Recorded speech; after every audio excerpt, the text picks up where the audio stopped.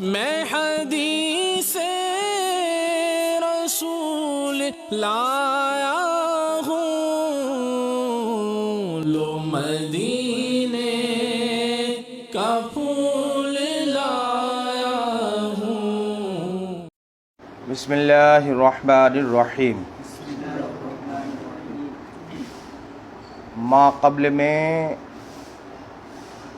اصحاب کہف کا اجمالی ذکر آیا تھا، اس اجمالی ذکر کو اب تفصیلاً بیان کیا جا رہا ہے، مفصل انداز میں بیان کیا جا رہا ہے۔ تو مجمل کی یہ تفصیل ہے۔ نحن نقص سے، نحن نقص علیک نبأہم بالحق، اور ہم تمہارے سامنے ان کی ٹھیک ٹھیک خبر سناتے ہیں۔ قصے کے طور پر کسی خبر کو بیان کرنا، اس کے لیے قصہ یقصو، اس سے یہ آتا ہے نا۔ اور جس کے سامنے قصہ بیان کیا جائے، جس کو بتایا جائے، تو اس کو علا سے بیان کرتے ہیں، ہے نا، متعدی علا کے ذریعے سے یہ ہوتا ہے۔ اب یہاں پر ہے نبأ، نبأ کسے کہتے ہیں، ہے نا؟ تو نبأ دراصل اس خبر کو کہتے ہیں جو نہایت اہمیت کی حامل ہو، ہے نا، اہم اور نہایت ہی عظیم الشان جو واقعہ ہو، جو خبر ہو، اس کو نبأ سے تعبیر کرتے ہیں، جس کی جمع انباء آتی ہے، انباء، ہے نا، انباء الحی۔ تو یہاں پر یہ تو لغوی بحث ہو گئی، ہم ضمیر کا مرجع یہی اصحاب کہف ہیں جن کا ذکر اوپر آیا۔ اب یہ ہے کہ نحوی اعتبار سے یہ اس کی حیثیت کیا ہے نبأ کی۔ نبأ مضاف، ہم ضمیر مضاف لے، مضاف لے سے مل کر کے یہ کیا اس کی حیثیت ہوگی، ہے نا؟ تو اس میں دو احتمال ہیں۔ پہلا یہ کہ نبأ یہ حال بنے، ہے نا، کس کے ذریعے سے؟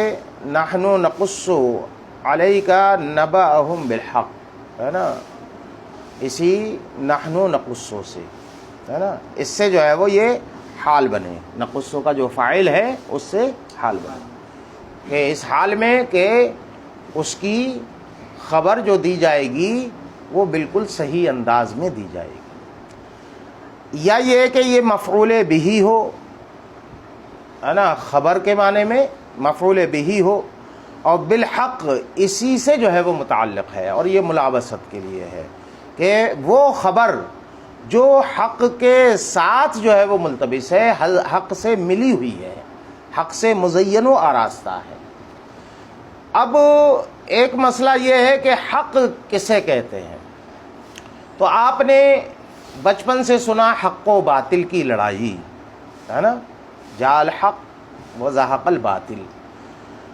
تو یوں تو لغوی اعتبار سے حق کے معنی اور بھی بہت ہیں، اور بھی کئی ایک ہیں، ہے نا، چونکہ ایک خبر جب انسان دیتا ہے تو یا تو واقعے کے مطابق ہوگی یا نہیں ہوگی۔ تو جب کوئی خبر دی جائے اور واقعے کے مطابق ہو اور واقع بھی اس کے مطابق ہو خبر کے، تو مطابق اور مطابق نکلتا ہے، کیا نکلتا ہے بیٹا؟ تو مطابق کے اعتبار سے اس کو صدق کہتے ہیں، اور مطابق کے اعتبار سے اسے جو ہے وہ حق کہتے ہیں۔ لیکن استعمال کے اعتبار سے حق کا جو اطلاق ہوتا ہے وہ، ہے نا، اعتقاد کے سلسلے میں ہوتا ہے، جس کی ضد جو ہے باطل آتی ہے نا، اعتقاد کے معاملے میں حق بولا جاتا ہے۔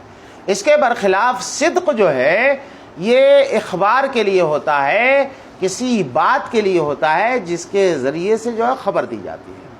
تو اعتقاد کے سلسلے میں حق اور خبر کے سلسلے میں، اخبار کے سلسلے میں صدق آتا ہے۔ اس وجہ سے علامہ نصفی علیہ رحمت والرضوان نے یہاں حق کی جو تفسیر بیان کی ہے وہ صدق سے کی ہے، اس لیے کہ اس کا تعلق اعتقاد سے نہیں ہے بلکہ اس کا تعلق اخبار سے ہے۔ سمجھ میں آیا؟ لیکن اب سوال یہی ہے کہ صدق ہی کیوں قرآن کیوں نہیں لے آیا؟ قرآن میں صدق ہی کیوں نہیں آیا؟ تو اس میں ایک ہے نا ایک راز ہے، اور وہ راز یہ ہے کہ ہونا تو صدق ہی چاہیے، صدق کے بجائے حق لانا، چونکہ صدق کے مقابلے میں حق کا پایہ بلند ہوتا ہے نا۔ صدق اور حق اگرچہ ایک ہی معنی رکھتے ہیں، لیکن حق کے اندر جو معنویت ہے، جو تقویت ہے، وہ صدق کے اندر نہیں ہے، اور یہاں پر صدق کی جگہ حق لا کر کے یہ بتایا گیا ہے کہ جو یہ خبر دی جا رہی ہے یہ ایسی خبر ہے کہ جس میں ذرہ برابر کسی بھی قسم کی آمیزش نہیں ہے، بالکل صحیح جو ہے وہ خبر ہے، حق خبر ہے بالکل، یعنی جس کے لیے اعتقاد یہ جمایا جا سکتا ہے، بالکل یہ یقینی چیز ہے نا۔ تو نحن نقص علیک نبأہم بالحق بالصدق، ہے نا، سچائی کے ساتھ ٹھیک ہم تمہارے سامنے ان کی خبر بیان کرتے ہیں۔ اب وہ خبر بیان کی جا رہی ہے، وہ کیا ہے؟ وہ قصہ اب آ رہا ہے۔ انہم فتیۃ، بے شک یہ چند نوجوان ہیں۔ اصحاب کہف کیا ہیں؟ چند نوجوان ہیں۔ وہ کتنے ہیں؟ میں نے بتا دیا، 7 نوجوان ہیں۔ فتیہ لغوی اعتبار سے کیا ہے، اس کی لغوی حقیقت کیا ہے نا؟ تو اس میں اہل لغت کے ہے نا 2 قول ہیں۔ ایک قول وہ ہے جس کو علامہ نصفی علیہ رحمت والرضوان نے اپنایا، وہ یہ کہتے ہیں کہ صبیون کے وزن پر یہ فتیون تھا، جس کی جمع جو ہے وہ فتیہ ہے۔ جو صبیون کی جمع کے وزن پر یہ فتیون جو آتا ہے، اس کی جمع جو ہے وہ یہ فتیہ ہے۔ سمجھ میں آیا؟ ہاں، فتیتن، صبیون ہے نا، اس کی جمع فتیتن، صبیون جیسے سبیتن اس کی جمع آتی ہے۔ سمجھ میں آیا؟ اور اصل اس کی جو ہے وہ کیا تھا؟ فعول کے وزن پر۔ یہ کیا ہے بیٹا؟ فعول کے وزن پر، جیسے صبیون فعول کے وزن پر ہے نا، کیا ہے؟ صبویون۔ اسی طریقے سے فتویون، واو اور یا ایک ساتھ جمع ہوئے اور واو کو یا سے بدلا، یا کا یا میں ادغام کر دیا۔ اب یا جو کہ اپنے ماقبل میں کسرہ چاہتی ہے، اس لیے جو ہے وہ یہ فتیون ہو گیا۔ کیا ہو گیا بیٹا؟ فتیون ہو گیا۔ فتویون تھا، کیا تھا بیٹا؟ واو کو تو یا سے بدل کے ادغام ہو گیا، تو فتویون ہونا چاہیے تھا، لیکن جو ہے کتنا ثقیل تھا، اس لیے تا پر کسرہ آ گیا، یہ تو کیا ہو گیا؟ یہ فتیون، اسی کی جمع ہے یہ فتیتن، ہے نا۔ لیکن دوسرے لغوی حضرات نے اس کا رد کیا ہے، انہوں نے کہا کہ یہ فتیون کی جمع نہیں ہے بلکہ فتن کی ہی جمع ہے۔ کس کی جمع ہے بیٹا؟ فتن کی۔ دونوں کے اعتبار سے معنوی کوئی فرق نہیں ہے، دونوں ہی یہ بتاتے ہیں، دونوں ہی فریق یہ کہتے ہیں کہ اس کا جو معنی ہے وہ 2 طریقے سے بیان کیا جاتا ہے۔ ایک تو جو ہے وہ نوجوان کے معنی میں آتا ہے، اور دوسرا جو ہے وہ سخی کے معنی میں آتا ہے، جود و سخا کرنے والے شخص کو، عمدہ اخلاق والے شخص کو ہے نا فتیون کہتے ہیں یا فتن کہتے ہیں۔ سمجھ آیا؟ تو اسی کی تفسیر اب بیان کر رہے ہیں، والفتوہ، کیونکہ اس کا مصدر ہے فتوہ، ہے نا۔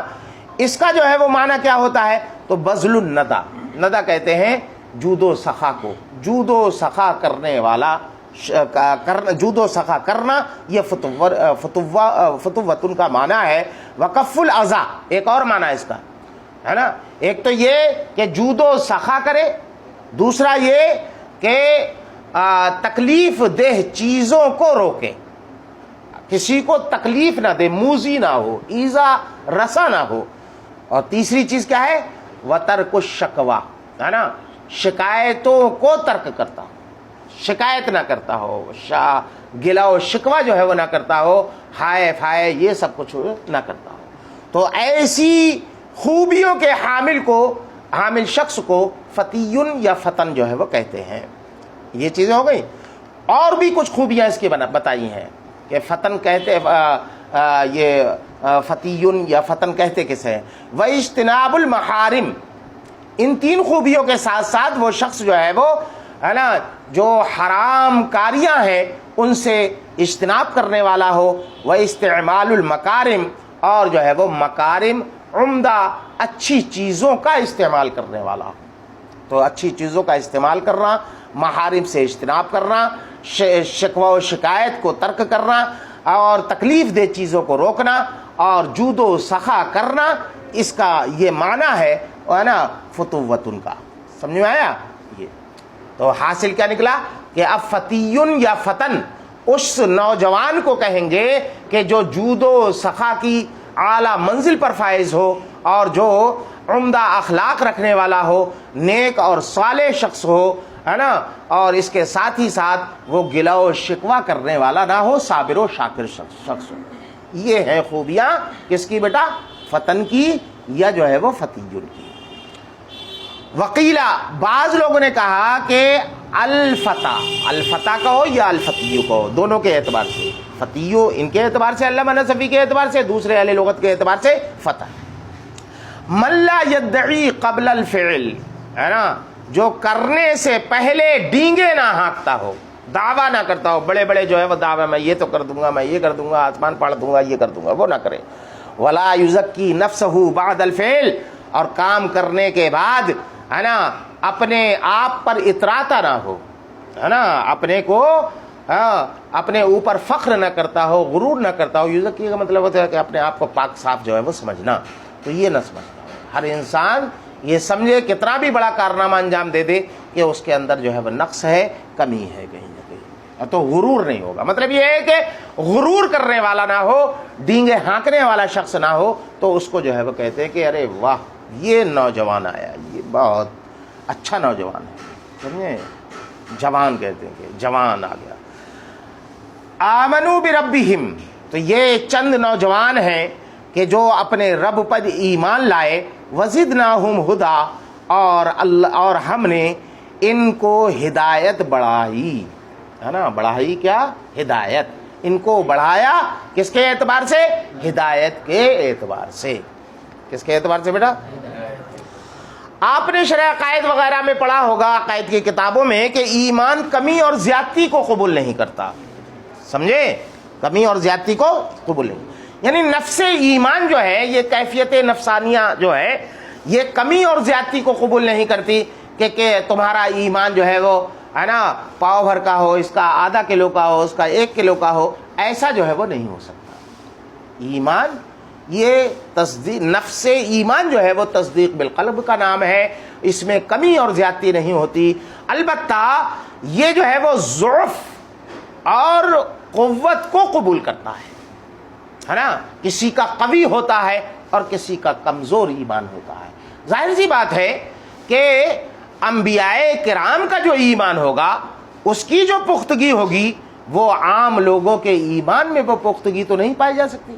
جو صحابہ کرام کے ایمان میں پختگی ہو سکتی ہے وہ ہمارے اور آپ کے ایمان میں نہیں ہو سکتی. پتہ چلا قوت و ضعف کو تو قبول کرے گا، ہے نا، لیکن کمی اور زیادتی کو قبول نہیں کرے گا. جیسے کہ جو ہے وہ سواد اور بیاض ہے کہ یہ ایسی ہے نا چیزیں ہیں کہ نفس سواد، نفس بیاض جو ہے وہ ایک سا ہے، لیکن اس میں ضعف اور قوت جو ہے وہ یہ قبول کرتے ہیں کہ کچھ سفیدی بہت زیادہ ہوتی ہے، جس کو کہتے ہیں دودھیا ہے، بالکل سفید براق ہے.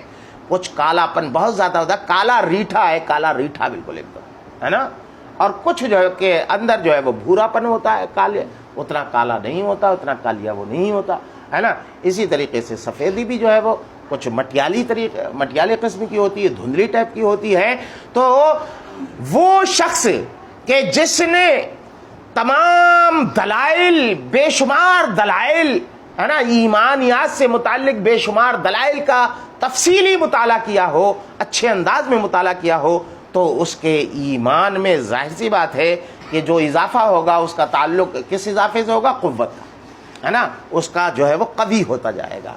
اس کے برخلاف جس نے سنے سنوائے صرف ایمان قبول کیا کبھی جو ہے وہ پڑھنے کی اسے توفیق نہیں ہوئی، کوئی دلیل اس کو جو ہے وہ معلوم نہ ہو سکی، تو اس کا ایمان اس کے اعتبار سے اتنا طاقتور نہیں ہوگا۔ اسی طریقے سے جس نے مشاہدہ کر لیا، جو ہے نا مراقبہ کرتے ہیں، جو سالکین ہیں، ان کا جو ایمان ہے، اس لیے کہ وہ سب کچھ اللہ کی تجلیوں کو بھی دیکھتے ہیں، اللہ کی قدرت کے کرشموں کو بھی ملاحظہ کرتے ہیں، اسی لیے وہ دنیا والوں سے دور بھی ہو جاتے ہیں کہ سب سے دل ان کا اچاٹ ہو جاتا ہے، تو قوت میں اضافہ ہو سکتا ہے نا۔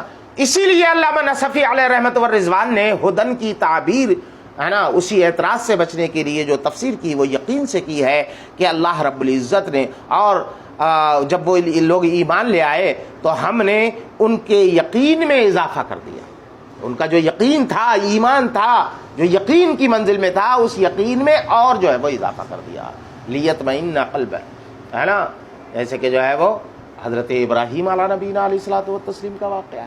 ان کو شک تھوڑی تھا کہ اللہ رب العزت پیدا نہیں کر سکتا، اس میں شک تھوڑی تھا، البتہ جو ہے وہ جب ان سے کہا تو انہوں نے یہی کہا کہ اطمینان قلب کے لیے، یعنی اور جو ہے وہ زیادہ اضافہ ہو جائے اس میں۔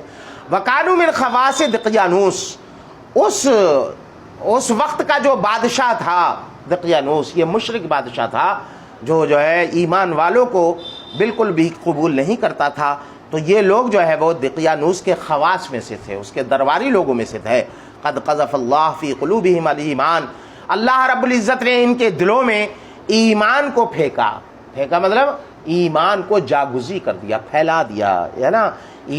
اپنے حدیث پاک میں پڑھا کہ جب جو ہے وہ ایمانیات سے پر ہوتا ہے جب دل، تو اس دل میں جو ہے وہ ہے نا نور پیدا ہو جاتا ہے، اور وہ نور پورے دل میں جو ہے وہ چھا جاتا ہے۔ اسی طریقے سے جب گناہ کرتا ہے انسان تو نقطہ کالا پڑ جاتا ہے، بڑھتے معاصی کے اعتبار سے وہ کالا پن گھیر لیتا ہے پورے دل کو۔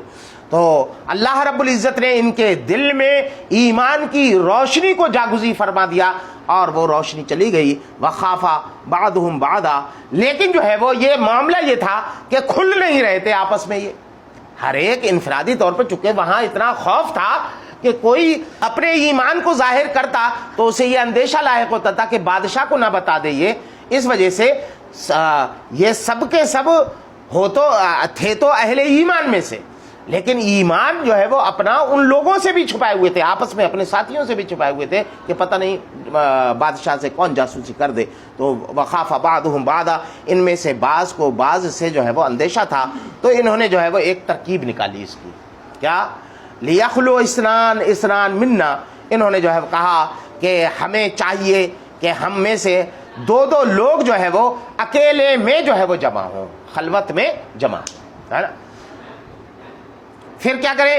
فَيُظْهِرُ كِلَاهُمَا مَا ہے نا يَزْمُرُ لِصَاحِبِهِ، کہ ان دونوں میں سے کوئی ایک شخص ہے نا اس چیز کو ظاہر کرے اپنے ساتھی کے سامنے جو اپنے دل میں چھپائے ہوئے ہیں، اس لیے کہ دو ہو گیا، اگر جو ہے وہ کہے گا ابھی بتا رہا ہوں تو مار لے گا، کم سے کم پکڑ لے گا، کچھ تو کرے گا۔ فَفَعَلُوا، تو انہوں نے ایسا ہی کیا۔ فَحَصَلَ اتِّفَاقُهُمْ عَلَى الْإِيمَانِ، تو معلوم یہ نکلا، نتیجہ یہ نکلا کہ ارے یہ سب کے سب جو ہے وہ ایمان پر متفق تھے، تو ان سب کا ایمان پر اتفاق جو ہے وہ حاصل ہو گیا، سب کو پتہ چل گیا کہ ہاں ہم لوگ جو ہے وہ اہل ایمان میں سے ہیں۔ وَرَبَطْنَا عَلَى قُلُوبِهِمْ، اور ہم نے ان کے دلوں کی ڈھارس بندھائی، ان کے دلوں پر باندھ دیا۔ کیا باندھ دیا؟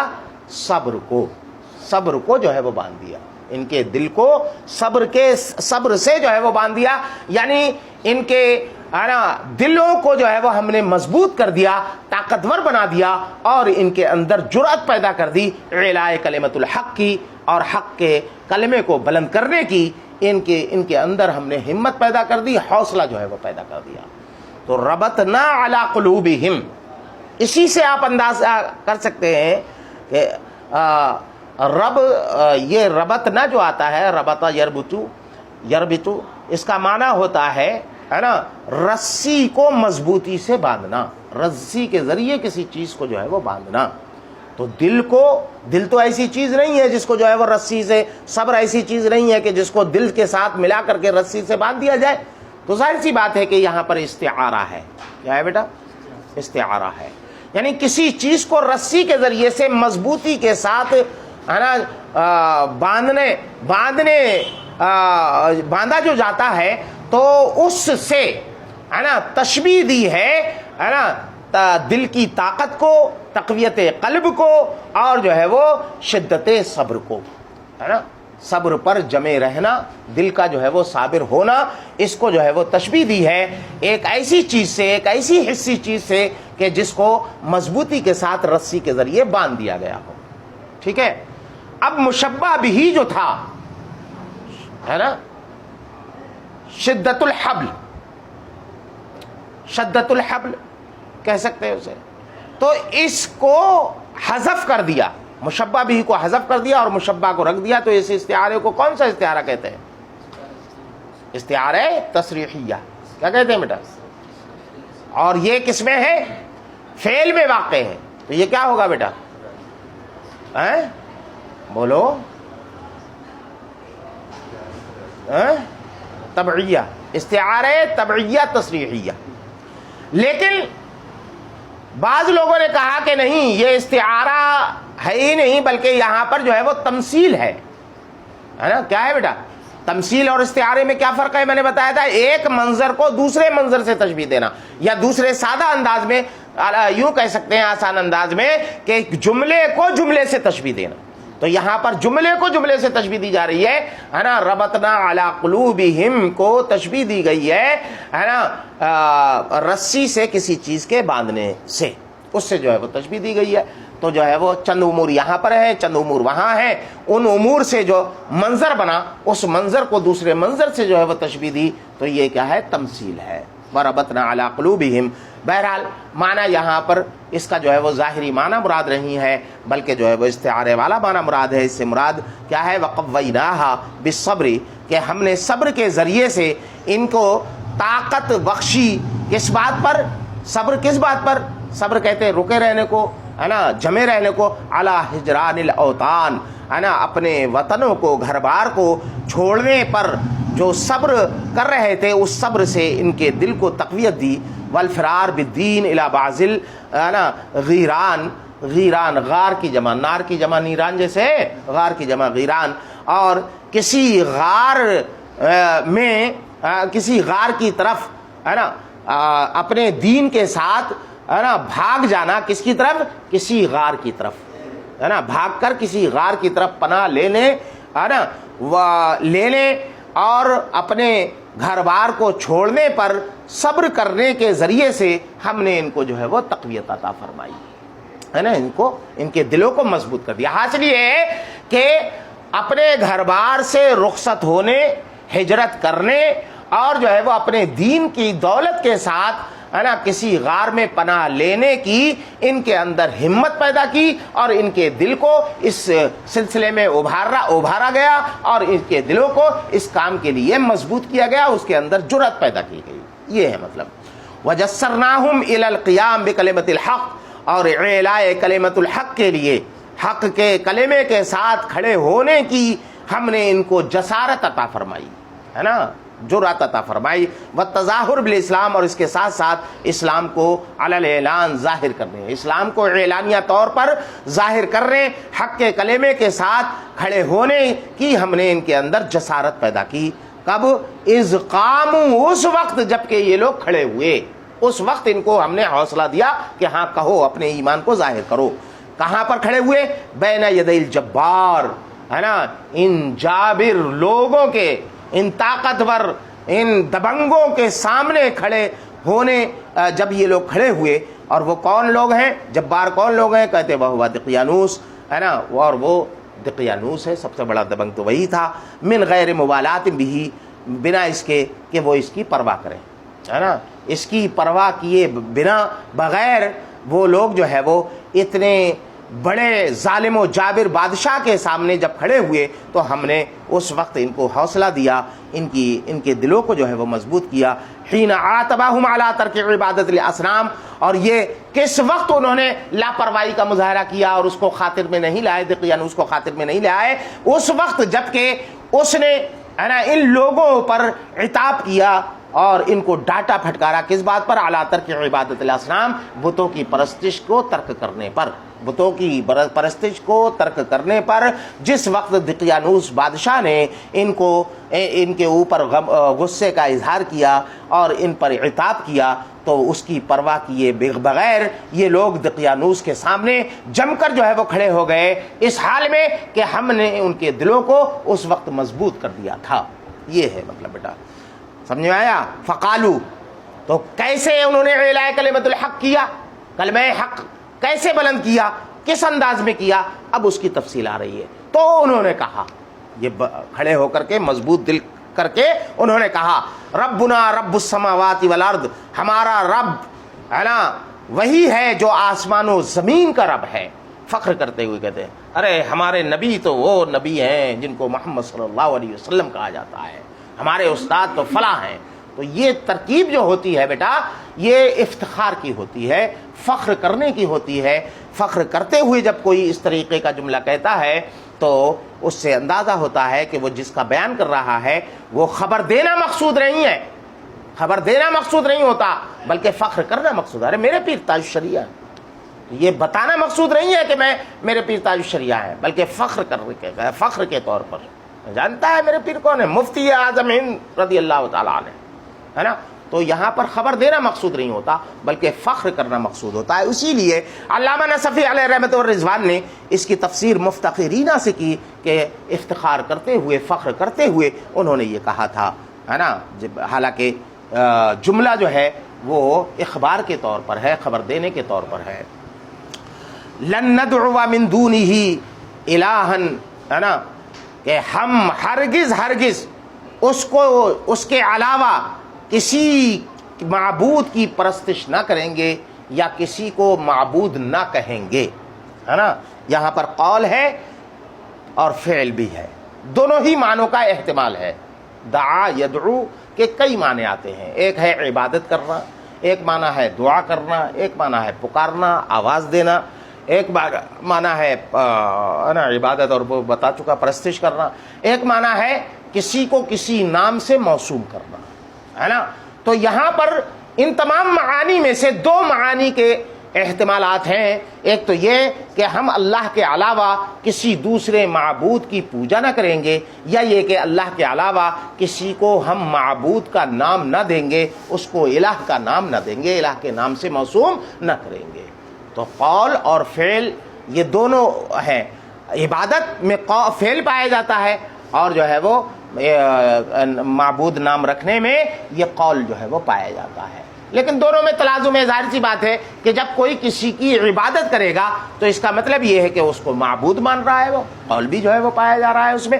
تو دونوں معنوں کا احتمال ہے، اسی لیے انہوں نے دونوں معنی یہاں پر انہوں نے جو لیا ہے علامہ نصفی نے ان میں سے ایک معنی لیا ہے، اور وہ ہے یہاں پر پرستش والا نہیں بلکہ موسوم کرنا، کہ وَلَا إِن سَمَّيْنَاهُمْ، ہے نا، آلہہ، کہ اور اگر ہم نے ان کو آلہہ سے موسوم کیا، ہے نا، موسوم کیا، یہ اصل میں لقد قلنا اذن شططا جو جزا کے طور پر آیا اس کی شرط بیان کر دی، اور اسی شرط کے ضمن میں یہ بھی پتہ چل گیا کہ لن ندعوا کا جو معنی انہوں نے لیا ہے وہ جو ہے کیا لیا ہے، موسوم کرنا، پکارنا، ہے نا، عبادت کرنا نہیں لیا ہے، سمجھے۔ تو اصل میں کیا تھی آیت، یہ ہے کہ ہم ہرگز اس کے علاوہ کسی کو الہ نہ بنائیں گے، کہ الہ نہ کہیں گے، لقد قلنا، ہے نا، تب تو ضرور ہم نے جو ہے وہ تب تو ہم نے ضرور جو ہے وہ کہا، ہے نا، شططا، حد سے بڑا قول، حد سے بڑی ہوئی بات، ہے نا، ظلم و زیادتی پر مشتمل بات تب تو ہم نے کہہ دی۔ تو اس کا پتہ چلتا ہے کوئی جو ہے وہ محذوف ہے کہ نہیں یہاں پر، وہ کیا ہے بیٹا، یہاں پر انہوں نے ایک دعویٰ کیا اصل میں کہ ہم اللہ کے علاوہ کسی کو نہ پوجیں گے، اگر ہم نے پوجا، یہ شرط ہے، اگر ہم نے پوجا تو واللہ ہم نے بہت ہی ظلم و زیادتی بھری بات کہہ دی، یا ہم نے حد سے بڑی ہوئی بات جو ہے وہ کہہ دی۔ تو پتہ چلا کہ یہاں دو چیزیں محذوف ہیں، ایک تو شرط اور دوسری جو ہے وہ قسم۔ قسم پر دلالت کس نے کی، لقد قد پر جو لام آیا ہے جواب قسم کے طور پر ہے تو قسم پر دلالت کی لقد نے، اور جو ہے وہ شرط یہاں پر محذوف ہے اس پر دلالت کری اذن نے. سمجھ میں آیا؟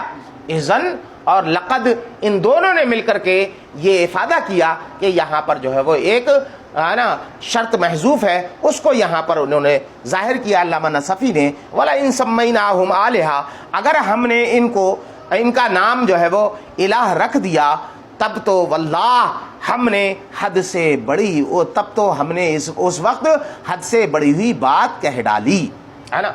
شتت یہ اصل میں ہے مصدر، اس کا معنی ہوتا ہے نا ظلم میں زیادتی کرنا، ظلم میں حد سے گزر جانا، یا کسی چیز میں حد سے بہت آگے چلا جانا، ہے نا.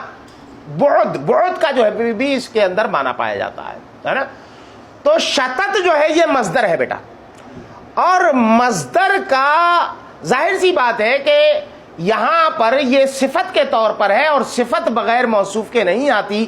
اس کا مطلب یہ ہے کہ موصوف یہاں پر محذوف ہے. تو وہ موصوف کیا ہے؟ قول، ہے نا.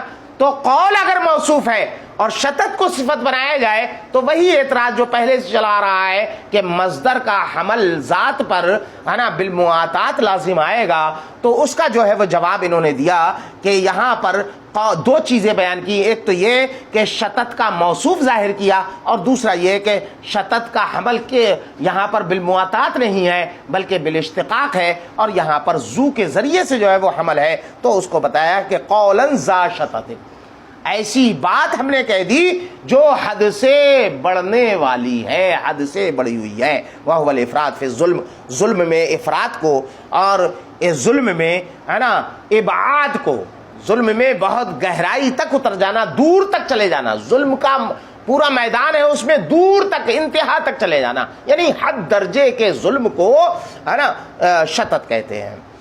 اور یہ کس سے ہے؟ شتا یشتو سے ہے نا. فتح سے بھی ہے، یہ نصرہ سے بھی ہے. شتا یشتو اور شتا یشتو. وَيَشُتُّ إِذَا بَعُدَ، اور یشتو بولا جاتا ہے جبکہ ہے نا کوئی دور چلا جائے، تو حد سے تجاوز کرنے کو ہے نا شتت کہتے ہیں. حاصل کلام یہ ہے کہ حد سے بڑی بات کہنے والے ہوں گے اگر ہم نے اللہ کے علاوہ کسی اور کو الہ سے معصوم کر دیا، ہے نا. ہاؤلائی قومنا، یہ جو ہماری قوم ہے نا، یہ اس کا ترجمہ ہوتا ہے. کیوں ہوتا ہے اس کا ترجمہ؟ ہاؤلائی اصل میں ہے مبتدا، اور قومنا جو ہے اسی کا ہے عطف بیان. کیا ہے بیٹا؟ ہاؤلائی قومنا یہ عطف بیان سے مل کر کے مبتدا بنتا ہے. اتخذوا من دونی آلہہ، ان لوگوں نے ہے نا اللہ کو چھوڑ کر کے کئی معبود بنا لیے ہیں، کئی معبود بنا لیے. اب یہ بتاؤ کہ یہ انداز خبر کا ہے کہ نہیں ہے؟ لیکن مقصد خبر دینا نہیں ہے، وہ تو خود ہی جانتے تھے کہ ہاں ہم نے بنا رکھے ہیں. انہی لوگوں سے کہہ رہے ہیں، انہی کے سامنے کہہ رہے ہیں، تو ان لوگوں نے ان لوگوں کو پتہ نہیں ہے کیا کہ ہاں ہم نے کئی معبود بنا رکھے ہیں. یہاں پر جو ہے وہ یہ اخبار جو ہے کس کے لیے ہے بیٹا؟ ڈانٹنے پھٹکارنے کے لیے ہے، اور ان کے عیب کو بیان کرنے کے لیے ہے، ان کی خامی کو بیان کرنے کے لیے ہے، اور انکار کے معنی میں ہے کہ یہ بنانا جو ہے وہ تمہارا ٹھیک نہیں ہے، غلط ہے تمہارا، ہے نا. وہ ہے خبرن، تو یہ جو ہے وہ خبر ہوئی، ہے نا. اتخذوا من دونی آلہہ کس کی خبر ہے؟ ہاؤلائی قومنا جو مبتدا بناتا اس کی یہ خبر ہے. وَهُوَ إِخْبَارٌ فِي مَعْنَى الْإِنْكَارِ، انکار کے معنی میں یہ اخبار ہے، اصل میں جو ہے وہ انکار اس میں پایا جا رہا ہے. لولا یاتون علیہم بسلطان بین، کوئی روشن سند اس پر کیوں نہیں لاتے؟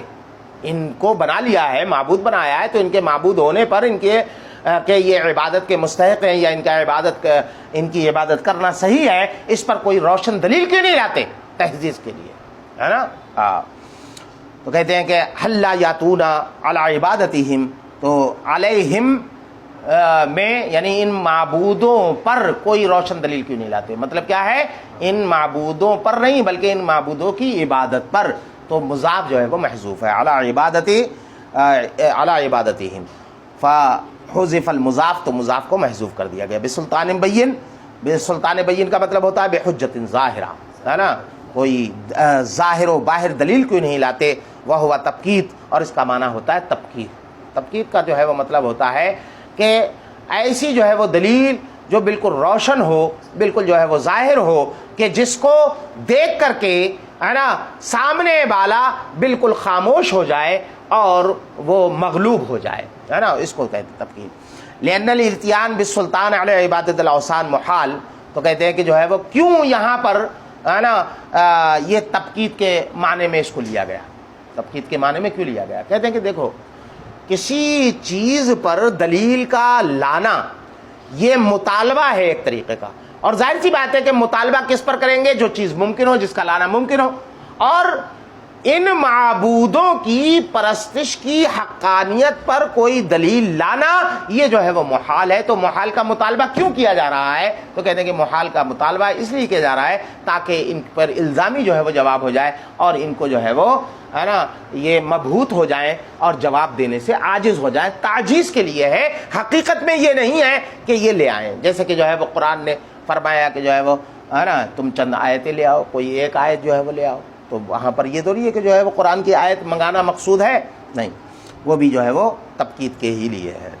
فمن اظلم ممن افترى علی اللہ کذبا, تو اس سے بڑا ظالم کون جس نے اللہ پر جھوٹ باندھا, ہے نا. کس بات کا جھوٹ باندھا, یہی تو کہہ رہے ہیں کہ جو ہے وہ اللہ کی بھی عبادت کریں گے اور اس کے ساتھ دوسرے معبودوں کی بھی عبادت کریں گے. تو شریک کا مطلب یہ ہے کہ اللہ نے اپنا شریک بنا لیا, تو اللہ پر جھوٹ باندھنا ہوا یہ, ہے نا. بنسبت شریک الیہ, اس کی طرف جو ہے وہ شریک کی نسبت کر کے ہے نا جو اللہ پر جھوٹ باندھا ہے, تو جھوٹ باندھنے والے جو لوگ ہیں ان سے بڑا ظالم اور کون ہو سکتا ہے. سمجھ میں آیا؟ چلو بس کرو.